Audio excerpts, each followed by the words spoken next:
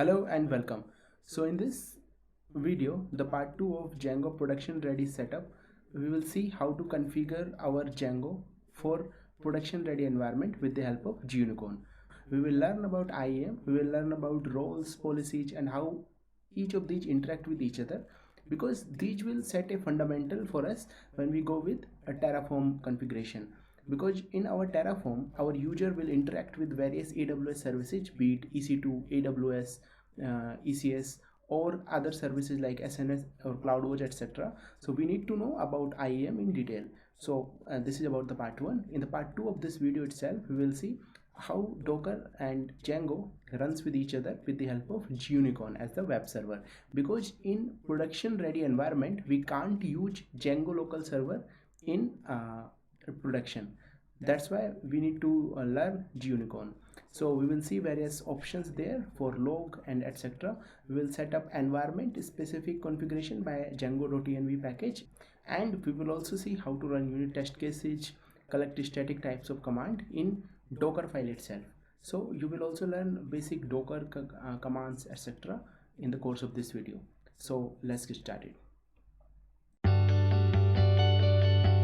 Okay, so let's start with IAM and creating IAM users and understanding what actually mean by when we say roles, policies, etc. I want to tell one thing, that I don't have anything in my code setup or in my account, so it will be a totally fresh thing.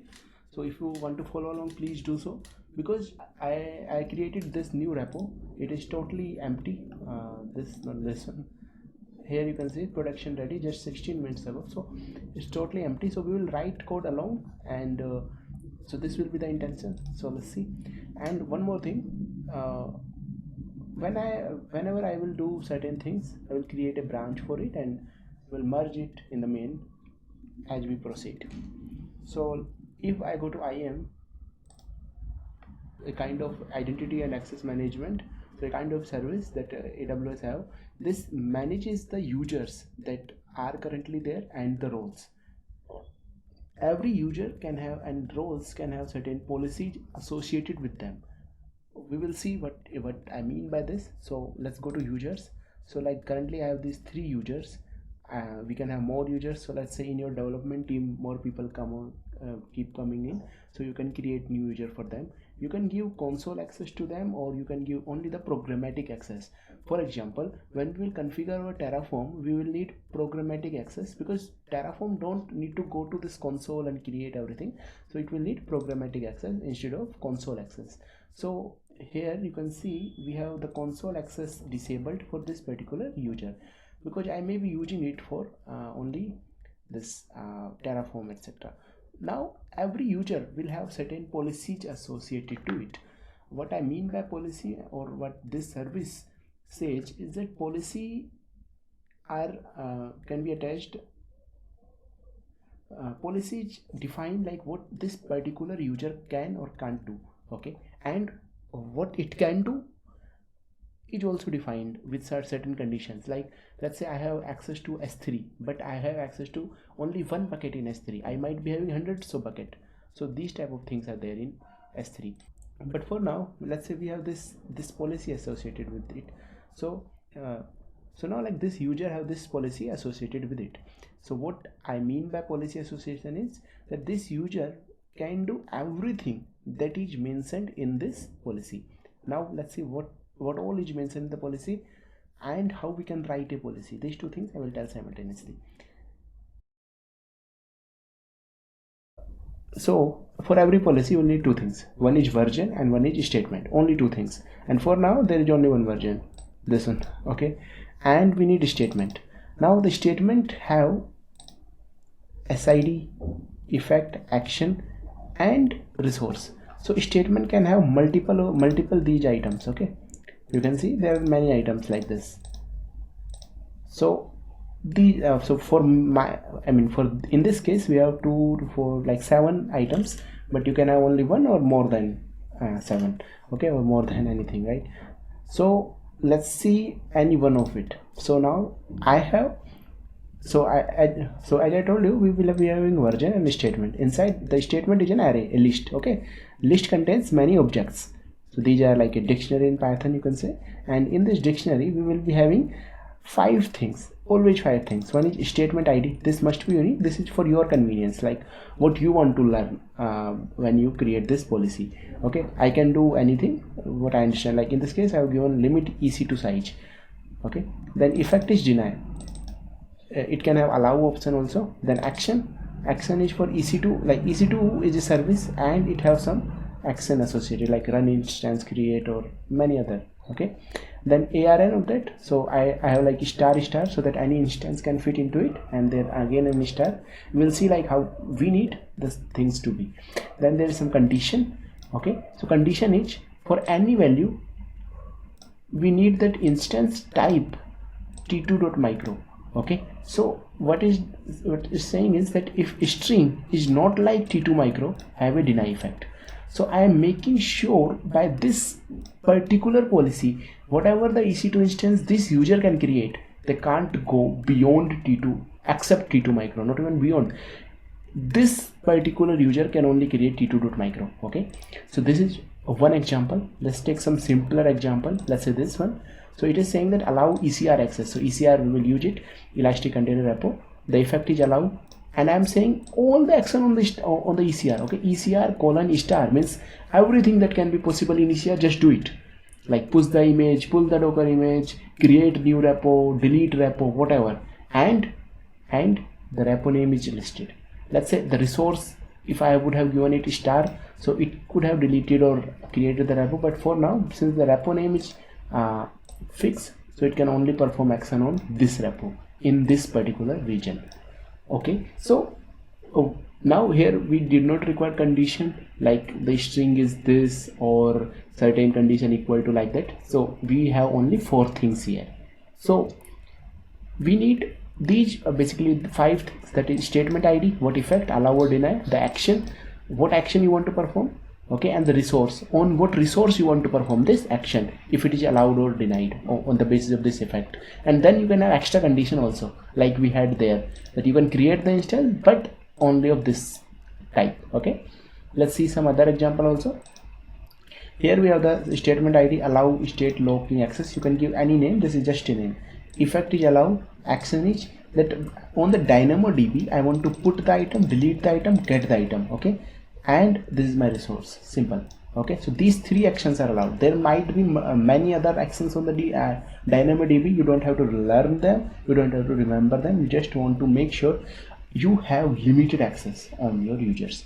So whatever they need, only create that much. And that's why I'm telling you this in the very beginning, because we will be creating many policies, because we are going production ready, so we have to make sure about our security concerns, etc. That's why. Okay, so we have to give as limited action or policies to the user as much as possible. Okay, so this is about the policy. Now what I mean by role, so there are roles like some we can also define, we can create a role. Okay, so roles we can create on the basis of service, we can on the basis of account, or we can create custom also. So let's say in the case of EC2 we can create huge roles for the EC2 or for Lambda also. So to understand this, like why it is saying use cases are mostly EC2, let's say I am an EC2 instance and I want, let's say I'm Jenkins, okay, and I want to go and deploy certain things on another EC2 instance because I am Jenkins. So I will not do deployment on my thing I mean inside me, right? So that's why I have to go and connect with another EC2 instance, or I have to go with another service, let's say ECS in our case, and we will do it. So obviously me as an EC2 instance should have certain powers so that I can control another service. It may be EC2 itself, right? So if EC2 instance want to connect to another EC2 instance so that it can perform certain actions on this EC2 instance, we need a role. And what this role should be? This role should be assigned to our Jenkins instance so that Jenkins can deploy on another EC2 instance, correct? So this is about the role thing. So let's say allow EC2 instance to call AWS service on your behalf. What it mean by your behalf is that when I click on Jenkins, I'm configuring, okay, please build my pipeline. Okay, so I'm saying please build the code, push it into the ECR, run the ECS. So it is doing on my behalf. I should be doing it, but who is doing it? Jenkins. Jenkins is on what? EC2. Okay, so that's why it is saying that this is the idea of role. And interestingly, roles and users are same. If we remove certain things like roles can't log in, right? So roles and users are mostly same except few things, and it is written in this beautiful doc. You can read it sometime. Okay, so an IAM role has some similarity to IAM user. Okay, so there is service role. So a service role in IAM role is that a service assumes to perform action on your behalf.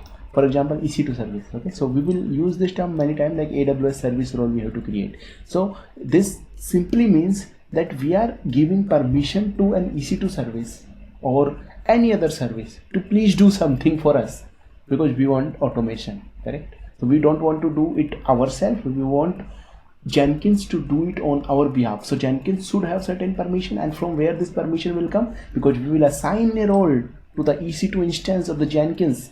Okay, on the machine on which Jenkins will be running, we will assign a role to that Jenkins. That's the idea. So let's create a simple role. Let's say I want to give this role only access of the EC2. Okay, so I can search EC2. So there are policies will come. These are the policies, like we created this backend API policy. So I can create a role by using this policy. Okay, or I can use policies already defined by AWS. Okay, so if I search EC2 here, so you can see many EC2 related policies are there. EC2 full access, EC2 read only access.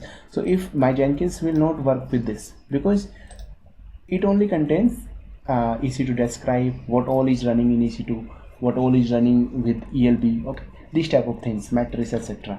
But we need certain concrete so that we can take some concrete actions. So we'll be needing this policy. So as you can see, it also have these things, right?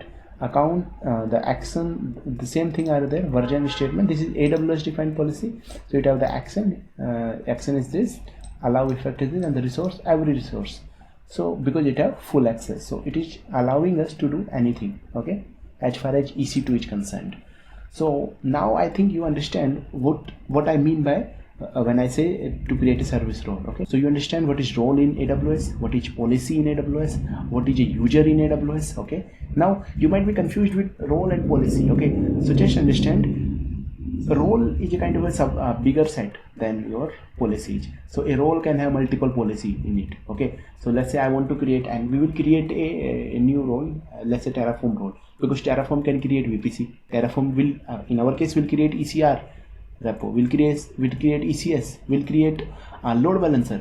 So we will make various, let's say we can make various policies, load balancer policy, okay, ECR policy, ECS policy. So we have, let's say, these three policy, and we will club them in one role. And ultimately our user, the user will be Terraform user, will have this one role. So this is the idea. So under a role we can have multiple policy. All the policy will go to the role will go to the user, and we will use the user. Okay, now you can say why we can't use role directly. Roles can be used directly by the AWS service, but we need user if we want to give, right, to certain, let's say in our local we want to run. Okay, if our Terraform is running on EC2, then you can directly use role, because you can assign role by going to EC2 console. For example, what I mean is, so let's say when you create this EC2 instance, so let's create one instance.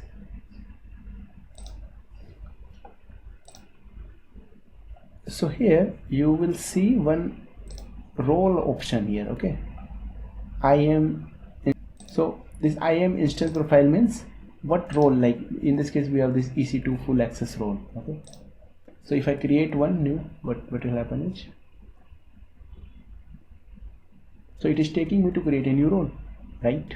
So this is the idea. So in EC2 we have this IAM instance profile. We can assign a role to whatever the instance we are creating. Let's say I am creating a Jenkins, so we will need a role that can interact with other EC2 instances that I am telling you again and again. Okay, because this is a little confusing, but I think now you understand in policy there is one more thing, that you can have two type of policy. One is identity based policy, and another is resource based policy. So in the case of identity based policy, it means this user can do this operation on any resource, because it only have constraint of who can do. Okay, but in resource based policy it have constraint of on what resource you are taking certain action. So this is the difference between the identity based and resource based policy.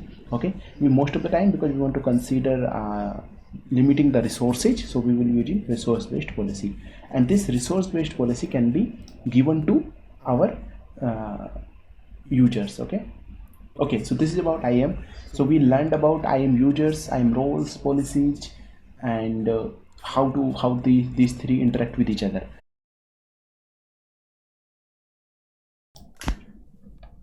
So let's start with creating a sample Django project.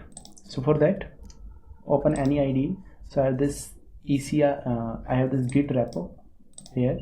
I have cloned it by this git clone and opened it in VS Code.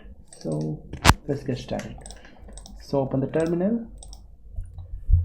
Here, first let's see, we have only the license and readme file here. Currently we are in main branch, I guess. Yeah, so first we have to set up the Django. So let's create a new branch, git checkout, and the branch name will be feature add sample Django. Alright, so currently we are in the branch feature add sample Django. Okay, now what we can do is, you can see here also that the branch name has been changed. I just want to emphasize on these small points. If someone is beginner, they can relate. Okay, next we have to create a virtual environment on which we can install Django, Gunicorn, etc. Okay, so let's get started with creating a Python virtual environment. How to create that? The simple command python 3. I'm using 3 because I'm on the Mac. If you are on Windows, you can skip this -m, or depends on how you configured Python while you are installing that. -m, then the venv, and then env. So venv is the tool that helps us to create the environment, and this is the name of your environment. So this is the name of your environment. You can give any name. So I like env most of the time. So now we have this env folder created, and this is very important to understand what all is there in this env. So I will go through it once, but before it, let's install Django. Okay, so pip install Django. Let's take the latest version out there, and it is saying that requirements is there. Oh, okay, my bad. We have to always, when you have virtual environment, you have to first activate it. So currently this thing is in my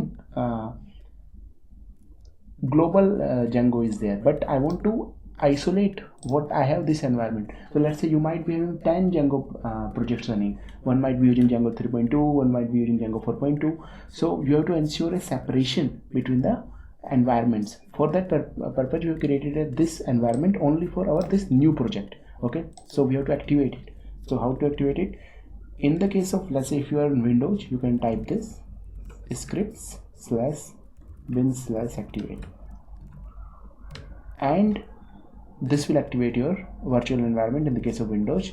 And in the case of Mac or Ubuntu, you have to type source and the folder name env/bin/activate. So now you can see our virtual environment have been activated. All right, so let's clear this for a while.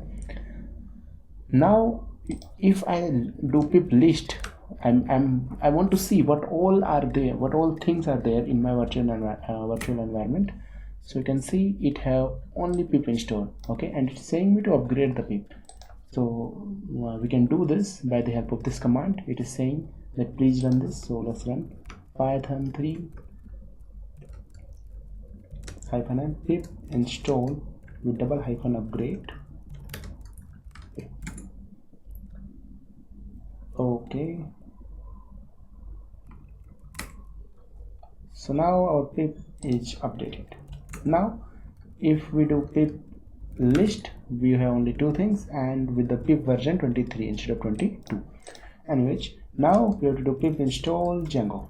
So whenever we do pip install Django or certain things like this, it's our moral responsibility for the next coming developers or for our Docker file to create a requirements.txt file.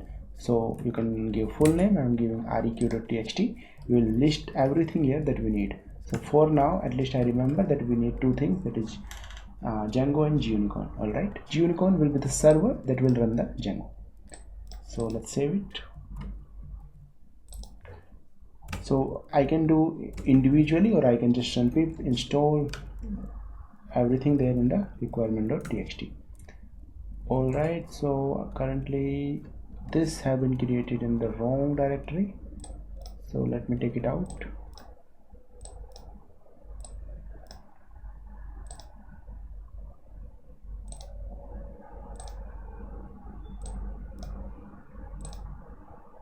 So now it is in the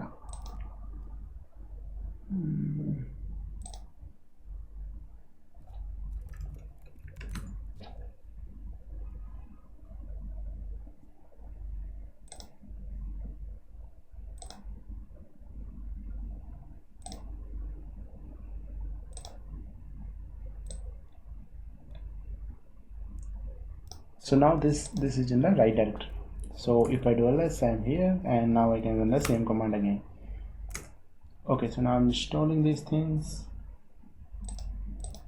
and now I've installed Django and Gunicorn. Alright, so Django also installed with it like ASCII and SQL parse, these things. So now we have in our pip, we have these two things new, that is Django and Gunicorn, other than pip what we already had and setup tools, etc. So this is about setting up the virtual environment and getting started with requirement.txt file. Now next thing is to create a sample Django project, and for that what we have to do is we have to give Django admin and start project and the name of the project.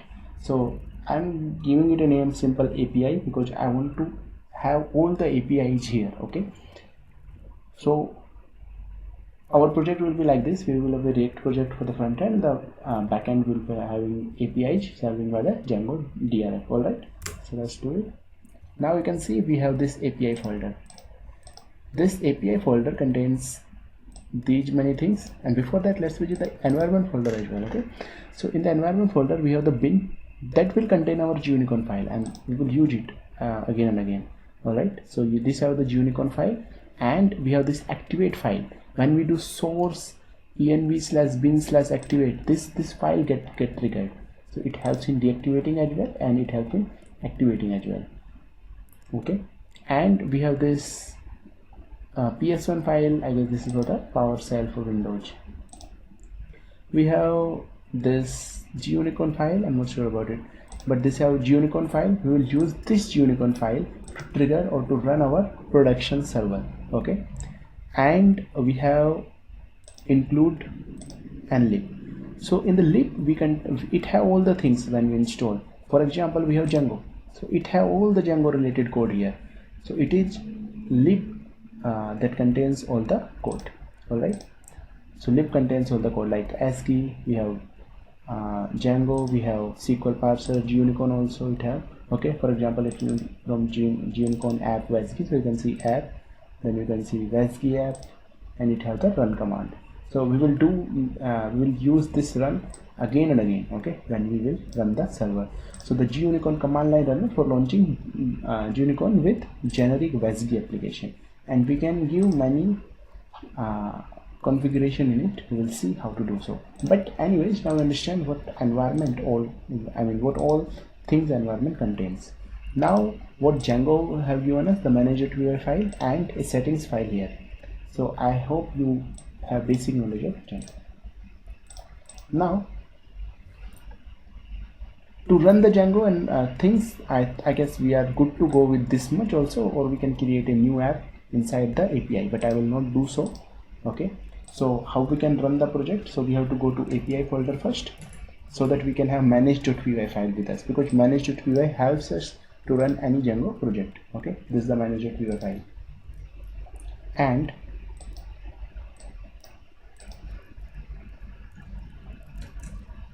we will run Python manage.py run server, so it will run us locally. Okay, now our Django is running on the local environment.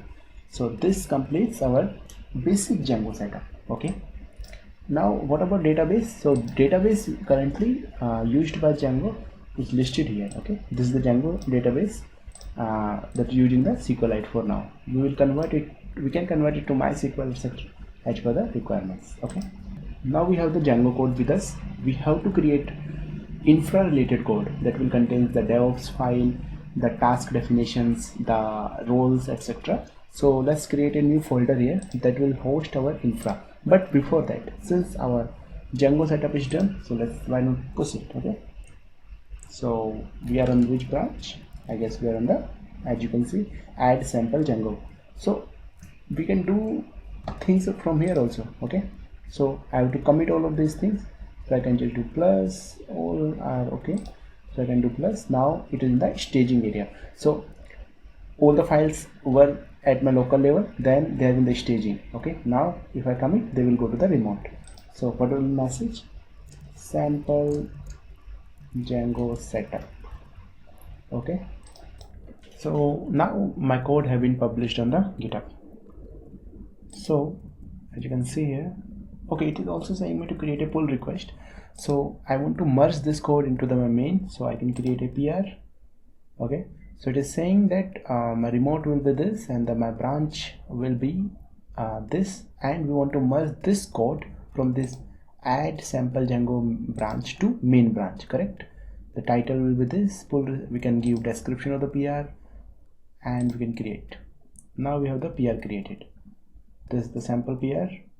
Okay, and it is saying that I have the secret exposed. That's a good point, because we have Django secret key exposed here. We will remove it, although we will keep this in Jenkins secret manager, and we will install .env so that we can manage these things from the environment variable level. So let's merge it, and I want to make one more thing here to delete the branch.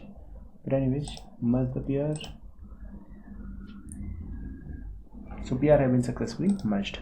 So now I can go to main, so I can switch the main branch. Now I am on the main branch. So you can see I have the API and environment structure in the main branch, and this PR have been closed. This is the first PR. All right, so we have merged our code from the created branch to main branch. We can pull them, and we should take a regular pull also. All right, so let's go to terminal. Now we are on the main branch, and we want to create a new branch that will be git branch -b, and the name of the branch will be feature/Dockerize. Okay,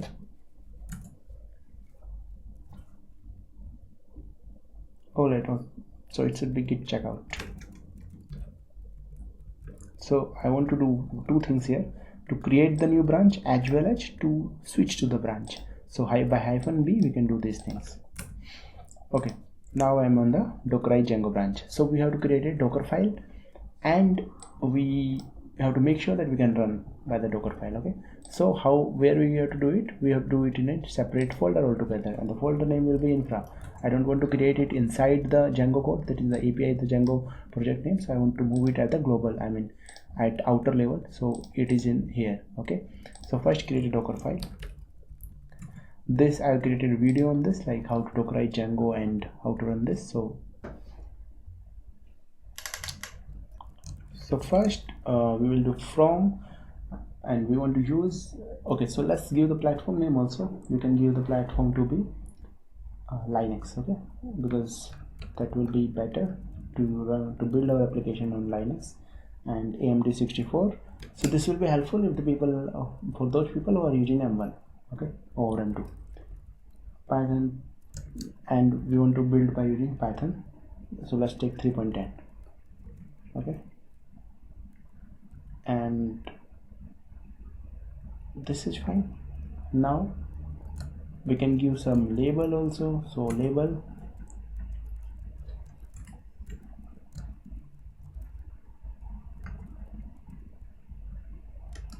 so I want to give the key name to be maintainer, and the key name maintainer will be, you can give a string here. So I'm just telling you certain things, like in my case it will be Ishwar, and now we want to set a environment variable, so you can do like this, or if you want to copy, so for our case we want to copy our everything that is in this code, we want to copy this in our Docker. So what you can do is, first we'll copy the requirement.txt from requirement.txt to temp requirement.txt. okay, so there will be a temp folder inside which this file will go. Then we'll copy everything that is in the API, we'll go to API folder, and let's create our working directory to be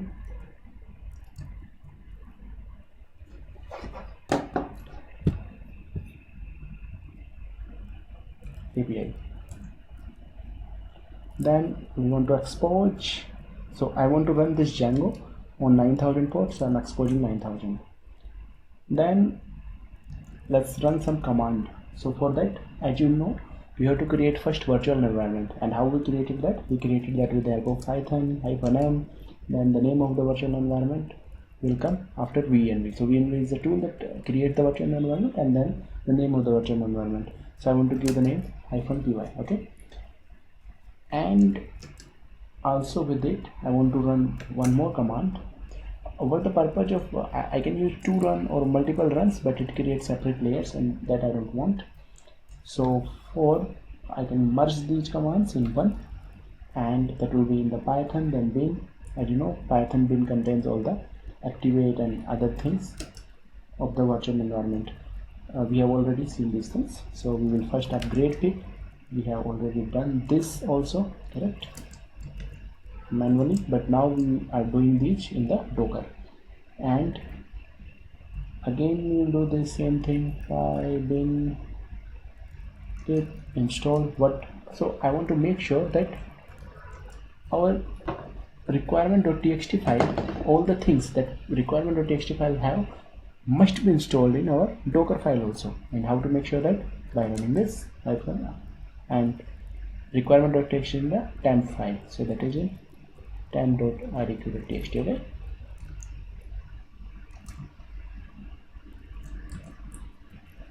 and I guess this is it. Now we can remove the temp file also, so let's do rmrf and remove this temp file altogether, because now we don't need it.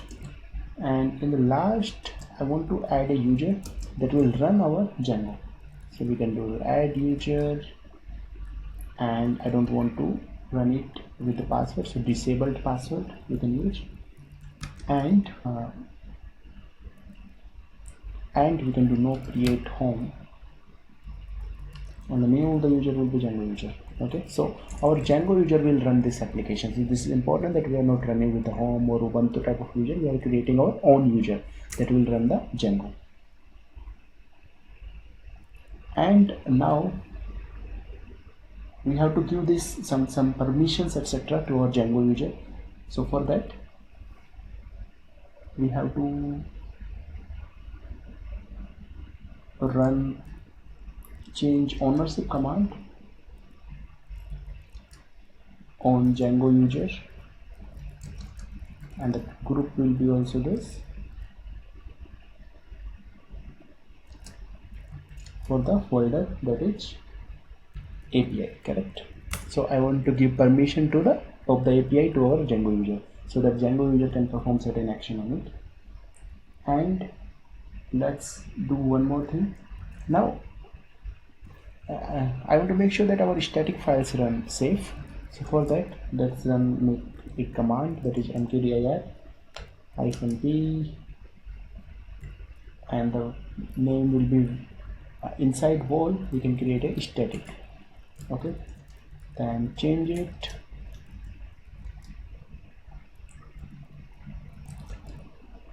to Django user, again Django user. Okay, so we created a folder given to the Django user. Then run another command to modify x-axis. So because we have to access it from other things also, that's why I'm giving it so whole static. So all the static files will be here. Then we can do one more thing, that if there are logs, you can do same thing for wall log like this. Okay, then we can run commands like collect static as well as test cases, etc. So we have to go to PyBin, because this is where we have everything related to virtual environment. So from here we can run directly like python manager.py collect static with no input, and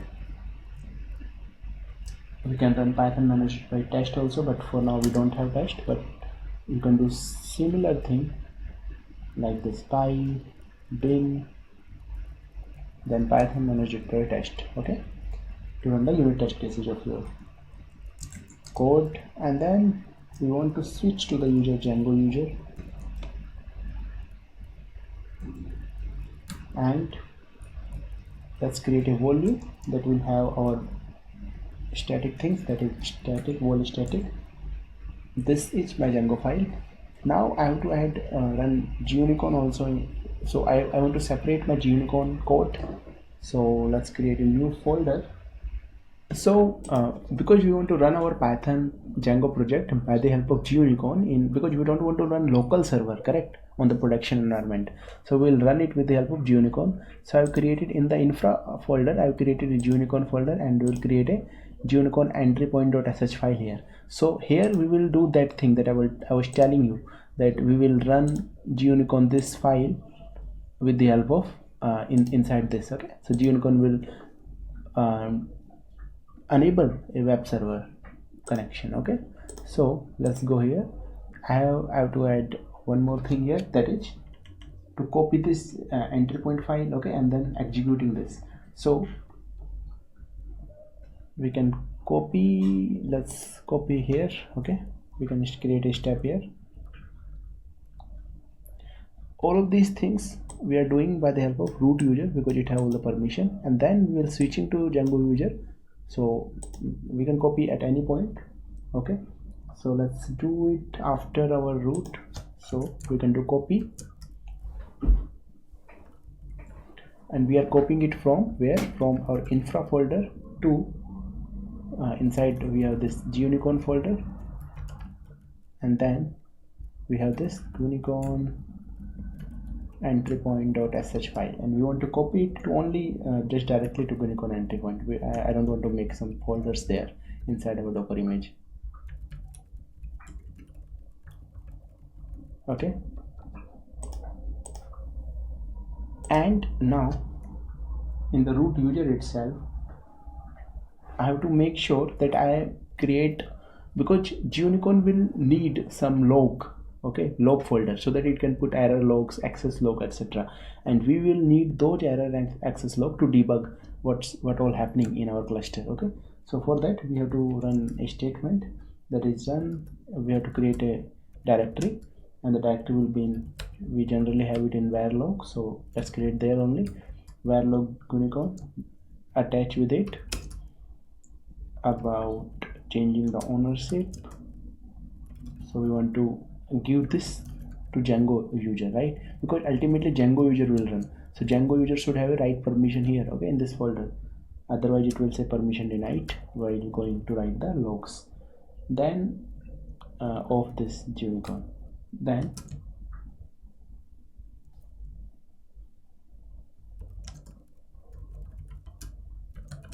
let's give it 755, modify the permission and of this Gunicorn.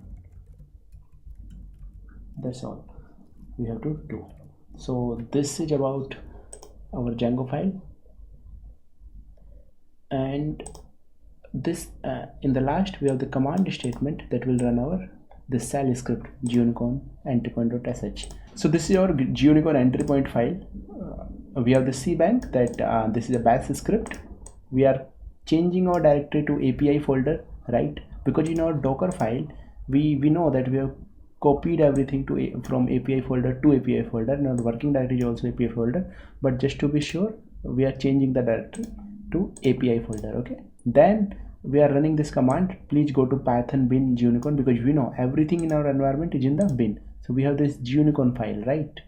Where it is here. Okay, so we are running it on 9000 because we have exposed 9000 port in our Docker file with 6 workers.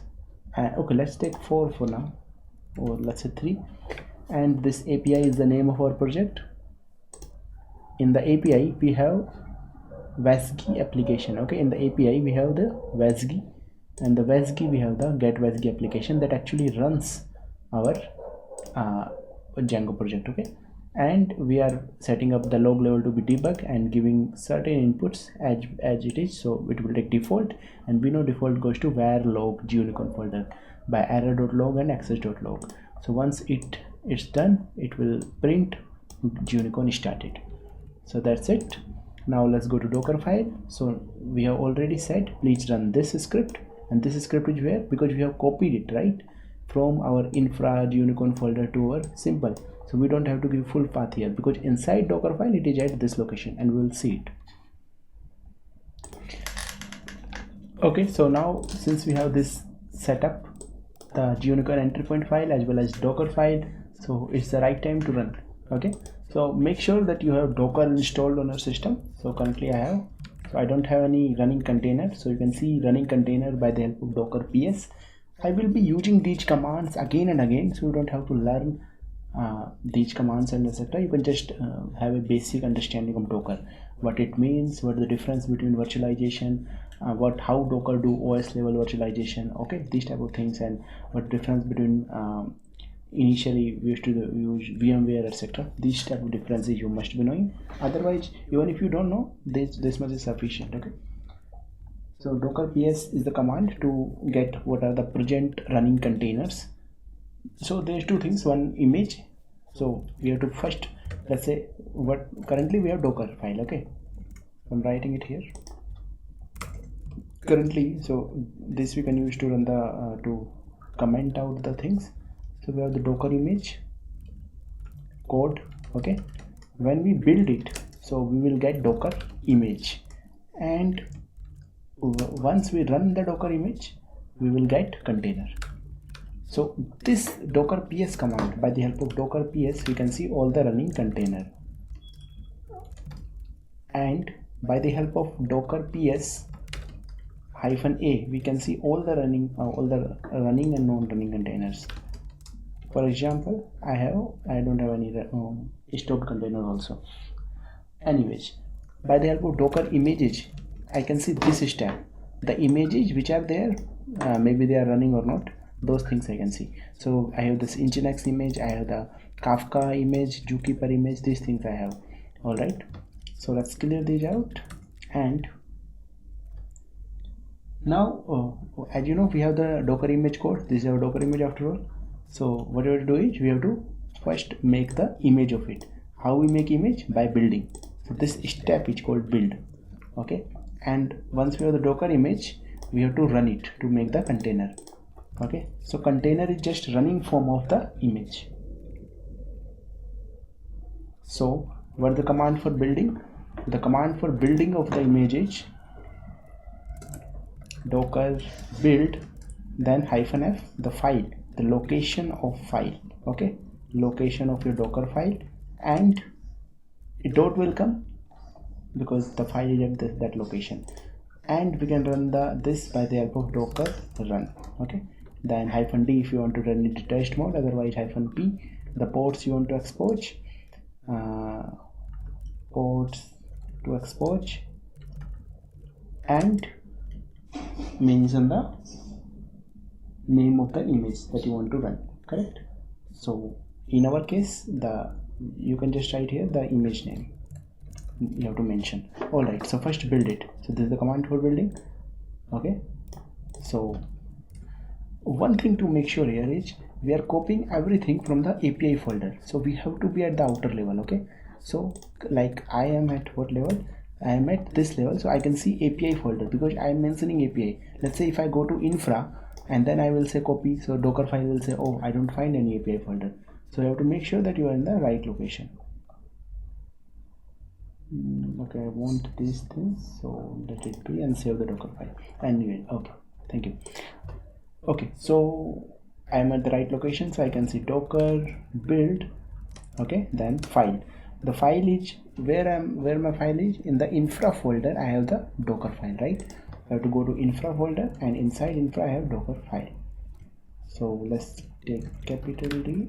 Okay, and I have to tag it. Let's say name the tag of the name of the image is API and dot. So let's build it. So as you can see, each step of it will run. So now it's done. So you can see my Docker image have been built. So if I say Docker images, you can see a new image is created, that is here. Okay, so now I can see one thing here, that now I have to run this. So as we already know, the command to run the Docker image is this one, Docker run the ports to export and the image name. Okay, so Docker run the image name. Okay, this much is sufficient, but the problem will be you will not be able to run the port at port like in our case it is 9000 port. So you want to make sure that your application runs, so we have to expose port from internal to external. Okay, so this is the internal and this is the external. So from internal Docker file, please run at our external 9000 port. Okay, so this is there. So if I run it, here you go, it is saying that our Gunicorn is working fine. Okay, so it is running at this. So I can open the link. If we open it,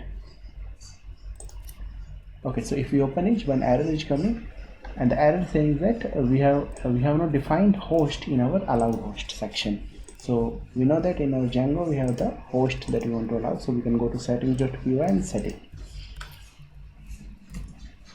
In our settings.py we can go to allowed host, we can set it to start. Okay, for now we will, in our production ready series, we will not do any of these steps. I will change all of these issues. Like one I mentioned before is setting up the environment variables correctly. So let's make a notes of these things. Okay,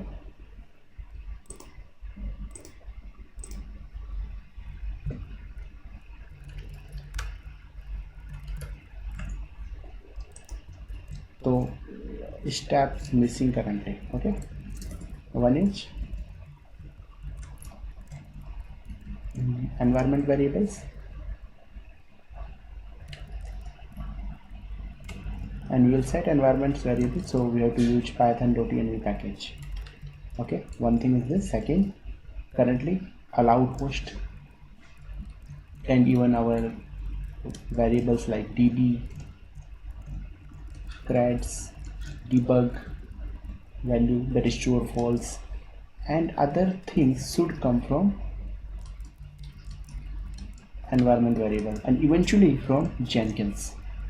Okay, Jenkins credentials, or you can say Jenkins secret manager. Okay, these things will come from there. Okay, this is there. So in the production ready, when I say production ready, we have done very important thing, that is I have created a separate Gunicorn file to run, because most of the time I've seen people do cmd Gunicorn and in one line, but that's not the case that we want to do. We want to have clear isolation of the files, clear separation with the directory, all of these things. Okay, so now I have to again rebuild the image.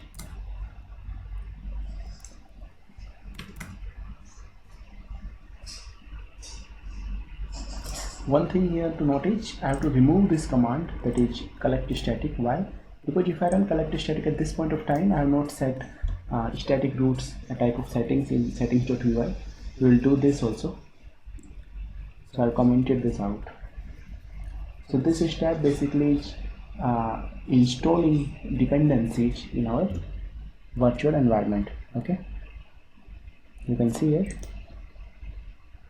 Now I think you understand how Docker is working, because first we did it manually, now we are doing it with the Docker. So whatever we did in our local system, Django is doing it internally inside the Python image that we have installed by the Django. Okay.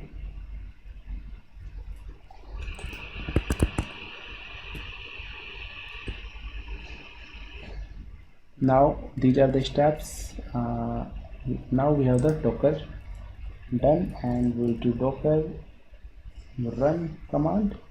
This now it's again running. Let's go to our Chrome, and you can see Django is up. So this is I have repeated all of these steps just to emphasize more and more in that this one point, that now we are running it with the help of Gunicorn. So for that we have to set that static root equal to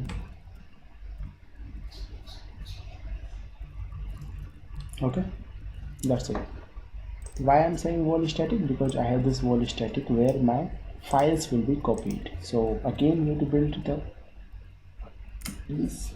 Now I've uncommented. Okay, I have uncommented also. Let's see what happens. Okay.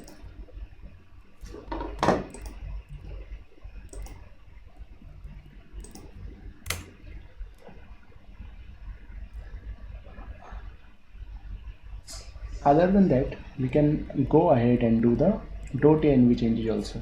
So for that, first, whenever we need a one new package, and whenever we have a new package, we mention it into the requirement.txt. So we can do Django. We have to use actually Django.env package. So let's go to here. So not Python.env but Django.env. So let's go to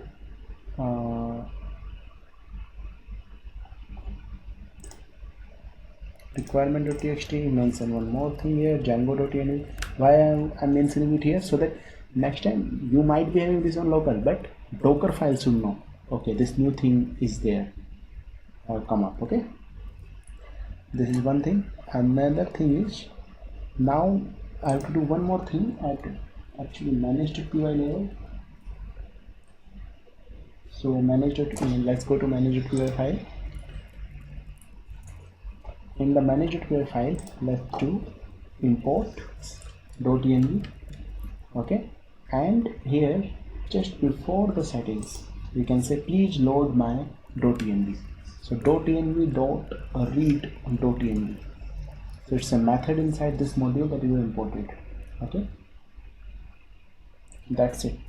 Now I can go to our settings.py file or here, and here what we can do is we can remove this, and I can say please use os dot. Okay, I guess we don't have os in. So what we can do,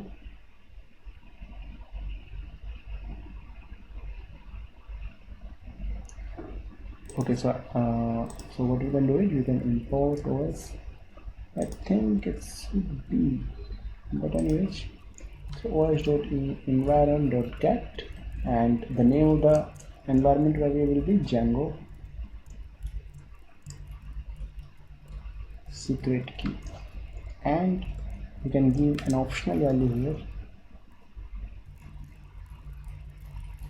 here if our secret key is not found. So this is it. And if I go to here, we have to create a new environment file. That environment file will be by .env. Later on we will push this to Jenkins, but for now we need, and this will be in .env. So I can copy this from settings and paste it here. Make sure you don't have any space etc here, and no floats are required. Give a strong kind of key. I'm not sure if I'm able to make, but you can make use of Django command also to generate a strong secret key. Okay, this is it. And yeah, in the meantime our Docker is done, so we can run Docker run Let's see if it works fine. Okay, so now you can see collect static also ran inside it. So that was here, you can see here collect static and fine. Anyways, so this is it. I want to tell you more commands related to Docker that are useful, that will be useful later on. So you can see currently I have this nothing is running, but I have this image that is there. Okay, it should be images, and I can see if I have to run, what I can do, run, then the ports, okay, 9000, the name of the app, that is API. But I want to run it this time in the detached mode so that I can do some other work on the container. So now it is running in the detached mode. So if I do docker ps, you can see now my container is running. So I can go inside this container to see what all is happening. For that we have to do docker exec -it in interactive mode, then container id, and the container id is this f. You can copy this one, f0ec,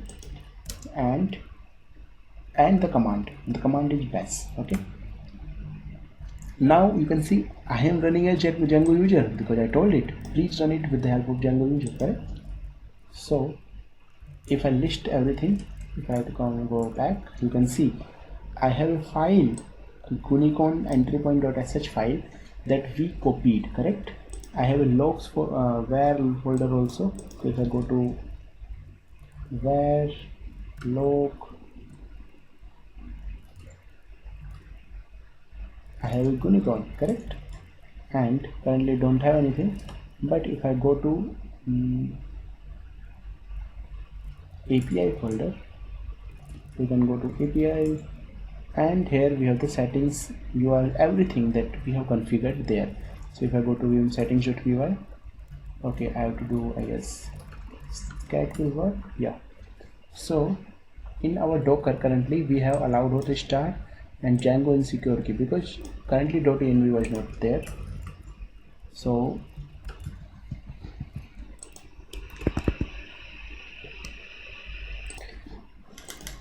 okay, so now since we was not having .env at that time, so we can have these with, if we go to, actually if we do docker ps, I will stop that. So if I do docker images, I have this API image and some other images also that were created previously, so I can remove these things. Okay, so how we can remove? By the help of docker rmi and the image id required.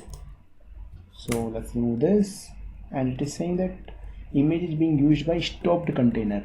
So first either we have to remove the stop container or we have to force it. All right, so how we can ensure that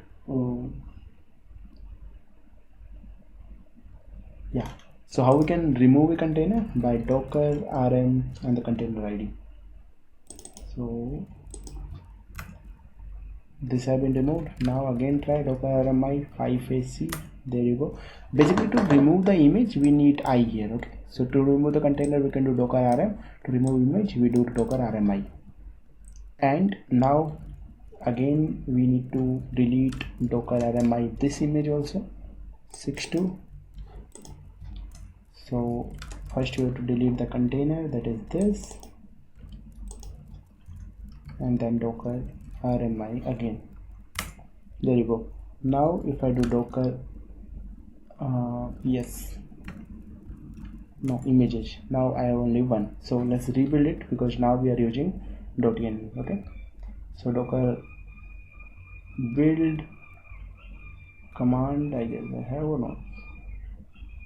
Okay, so we can do recursive search, and not coming. So let's see, -f. So docker build -f, file name will be infra/docker file. Let's give it a tag API inside dot. Now it's building. Anyways, this is the idea of using Django, Docker and Gunicorn. So I guess this part, Dockerize Django, is finished. So we can merge this code also in our main branch. So I want to write certain things in our notes, or let's create a new file that is some commands that I'm using.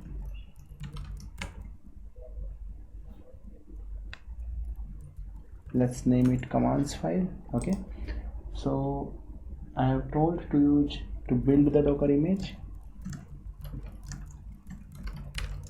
I've used docker build. Let's write in the same line for no confusion. Docker build -t tag. You can, or if required you can give, otherwise that's fine. -f the location and dot. Okay, to run you need what? Docker run -d if you need detached mode, -p the ports to expose. For example, in our case it was 9000, and the name of the image, like API of the ID you can give. Okay, to see list all, to list all the containers, to see all the running containers, you can do docker ps.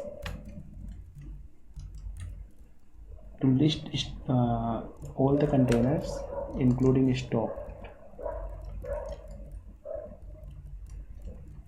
so you can do docker ps -a all. Okay, not admin. And in the end, if you want to run a container, docker run. To stop a container, you can do docker stop. Then its container ID you will require. So these are some commands. To remove a controller, you have seen, to remove a container, you have seen it is docker rm, then container ID. And to remove an image, you have seen it is docker rmi and image ID. To go inside a container, it is exec, then -it for interactive mode, container ID. Okay, and the command. For example, if you want to just list all the files, so you can do like this also. Okay, ls, or you can do bash also here. Okay, so container ID bash, these type of things. To see the logs, you can do docker logs, then the container ID.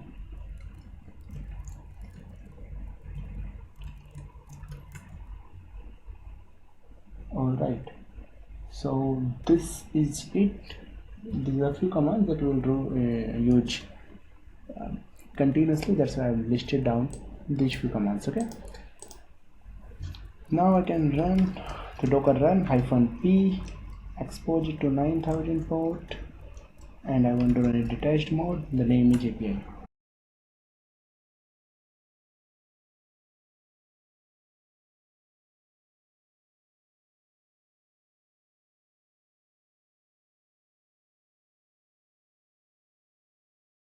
So as you can see here, we can see the logs coming when we refresh the page. So I'm accessing it from this, and this is the page because I'm at the root page.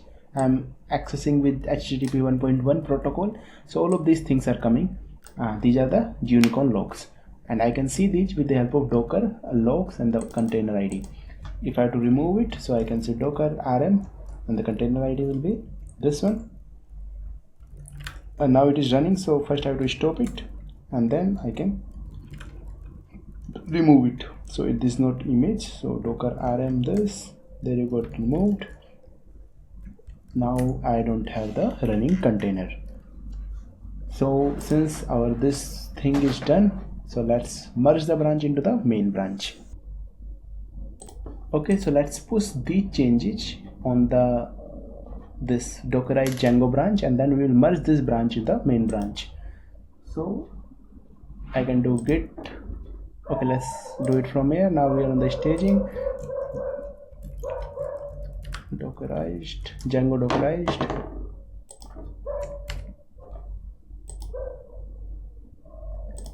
Publish the branch. Now it has been pushed. Now, so currently we are in this branch, Dockerize Django.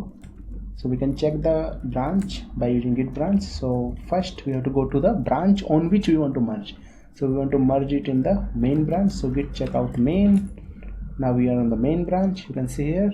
Now we can do docker. I'm not creating a PR here, pull request. I'm directly merging it. So I want to merge it into the main branch. So first we have to go to the main branch. So git checkout main, and git. Now we are in the main branch, as you can see here. So ideally we should take the pull also. Let's say someone else would have changed or whatever, so let's take a pull of main, but in our case nobody else is working, so main is also up to date. So now we can merge our branch, and the branch name is feature/Dockerize Django in main branch. So let's say I want to merge my new branch that was in Dockerize Django into main branch, so I have to be on that branch in which I want to merge. So I am on main branch and I want to merge this branch in my main branch, so that's why I'm here. So git merge, and you can see here these all changes are here that have come into the main. So now I have to push this main branch also, so git push origin main. Now I should delete the branch, or not Docker, but git branch -d, then feature Dockerize Django. So this branch I will delete it. Similarly, we can delete that another branch also, that was feature add sample Django. There you go. Now we have only one branch, main branch, that is up to date. I'm in hangover of Docker. And we can delete the remote branch. We should delete the remote branch also. So we can do git push origin --delete and feature Dockerize Django and delete it. Now feature add sample Django. There you go. Now if I go to this repo, I was having two branches. Now I have only this branch. The PR was also merged, so no PR, one closed is only there. And in the repo we have infra code as well as API code in the main branch. So I think we are good to go here. Thank you so much.